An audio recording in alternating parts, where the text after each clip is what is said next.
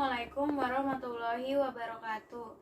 Saya Silvi Aulia Putri dari kelas MA 20B3, mata kuliah Manajemen Keuangan, Ibu dosen Natalia Bebasari. Di sini saya akan menjelaskan tentang kendala keuangan yang dihadapi perusahaan selama pandemi dan cara menanggulanginya. Efek pandemi memiliki dampak yang sangat terasa pada perusahaan, organisasi masyarakat, pemerintah, dan komunitas. Pandemi ini tidak hanya berakibat pada gaya hidup, cara bersosialisasi, namun juga mengganggu jalannya perekonomian. Himbauan untuk membatasi mobilitas di luar rumah membuat banyak pelaku usaha, baik skala besar maupun kecil, sulit untuk tetap bertahan hidup. Pengamat properti menyatakan bahwa saat ini pengembang dihadapi masalah arus kas menyusul dampak virus corona jenis baru atau COVID-19 terhadap industri properti. Pebisnis properti mengapresiasi langkah pemerintah yang akan menurunkan pajak penghasilan PPh badan dari 25% menjadi 22% pada tahun 2020 dan 2021. Sedangkan 2022 tarif PPh akan menjadi 20%. Langkah itu dinyatakan melalui peraturan pemerintahan pengganti Undang-Undang Perpu tentang kebijakan keuangan negara dan stabilitas sistem keuangan untuk penanganan pandemi COVID-19 atau dalam rangka menghadapi ancaman yang membahayakan perekonomian atau stabilitas sistem keuangan. Bahwa kondisi saat ini membuat pemasukan pengembang terganggu karena lesunya penjualan properti. Namun pengeluaran perusahaan terus berjalan. Apalagi saat ini daya tahan arus kas para pengembang dinilai sangat pendek di tengah kondisi ketidakpastian ekonomi akibat pandemi COVID-19.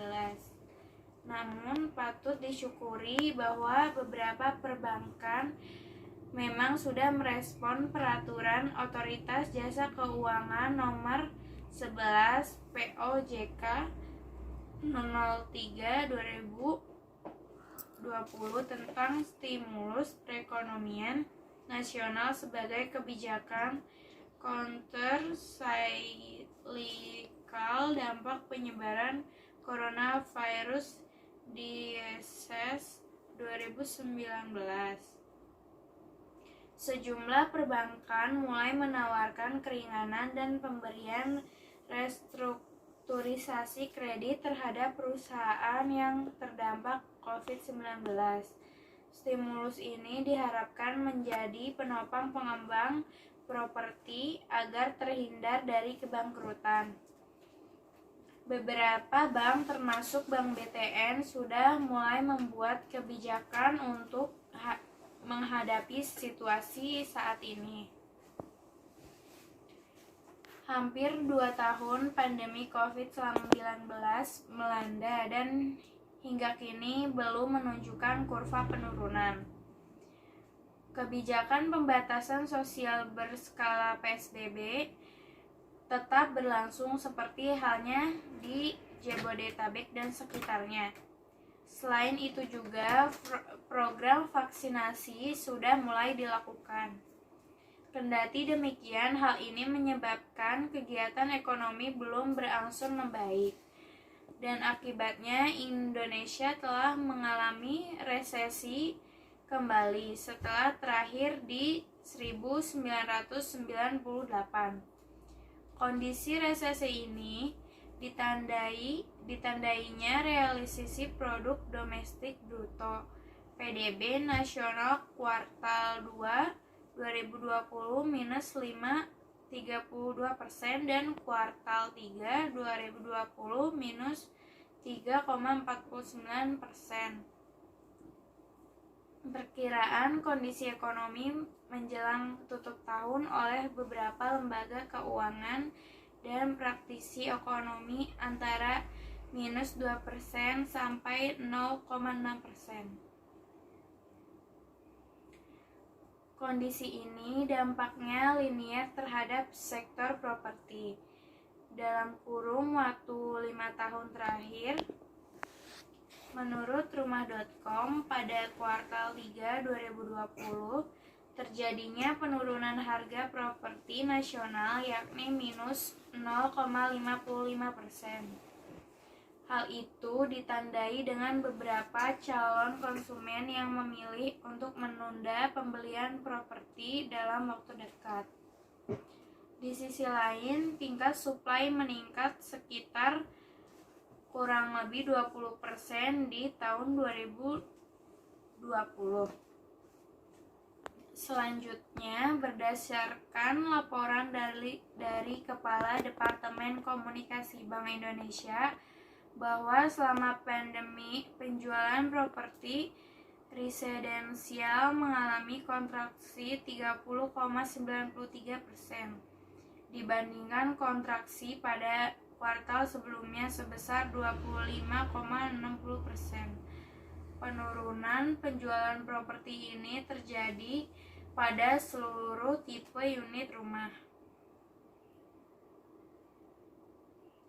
Hal ini menunjukkan bahwa dari segi daya serap properti dan harga cenderung mengalami kontraksi.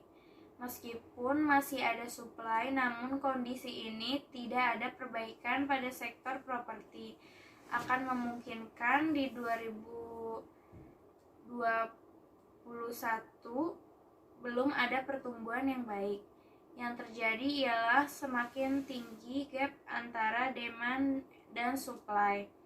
Tidak dipungkiri bahwa beberapa kebijakan yang didorong pemerintah guna mendukung kepemilikan properti, mulai pelonggaran pajak barang mewah PPNBM, pelonggaran Land to Value LTV untuk kepemilikan rumah kedua, ketiga, sampai terbentuknya Undang-Undang Cipta Kerja Omnibus Law yang harapannya guna memangkas birokrasi perizinan dan kepastian pengadaan lahan. Namun diharapkan muncul dukungan kebijakan pemerintah dan perbankan yang lebih efektif dikarenakan beberapa tantangan akibat dampak pandemi.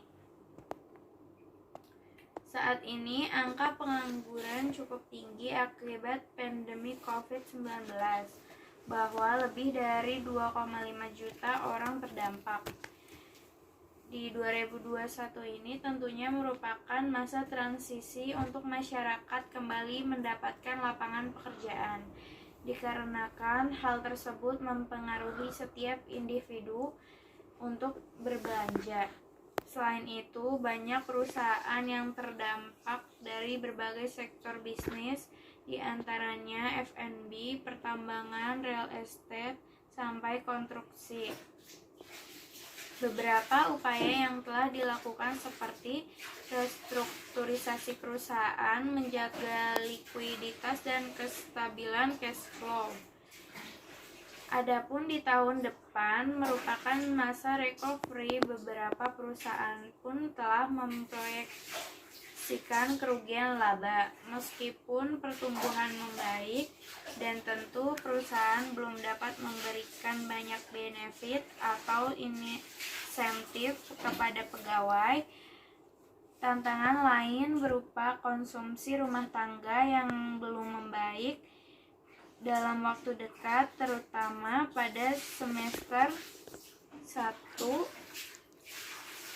2021, meskipun akan bertahap tumbuh pasca resesi. Tentunya tingkat rendah tingginya konsumsi rumah tangga ini merupakan representasi tingkat investasi dan kenyamanan perbisnis, terutama pasar domestik.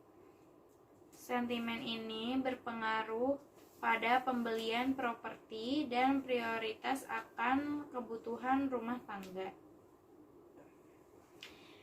Cara menanggulangi kendala keuangan selama pandemi. Identifikasi penyebab kendala. Tindakan pertama yang harus dilakukan untuk mengatasi krisis keuangan yaitu dengan mengetahui terlebih dahulu penyebab krisis keuangan tersebut bisa terjadi. Jika sudah tahu masalahnya adalah keuangan, maka hal itu bisa diindikasikan sebagai masalah yang cukup besar. Supaya dampaknya tidak bertambah parah, membutuhkan solusi baik secara permanen maupun jangka panjang untuk menangani masalah tersebut. Salah krisis keuangan yang disebabkan oleh faktor eksternal adalah pandemi COVID-19 yang saat ini terjadi. Hilangkan biaya yang tidak diperlukan.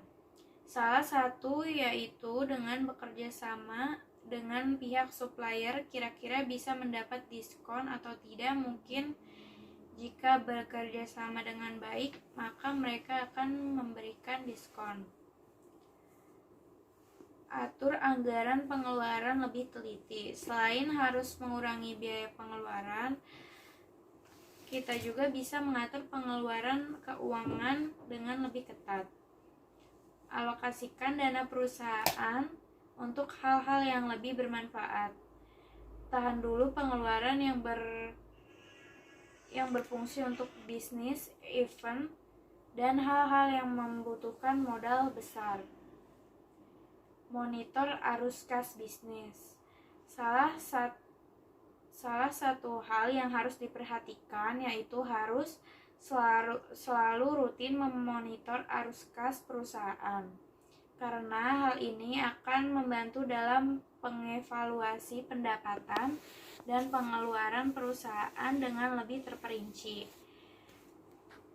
dan mengetahui laba rugi apa yang menghambat arus kas perusahaan dan apa aja yang bisa dipangkas.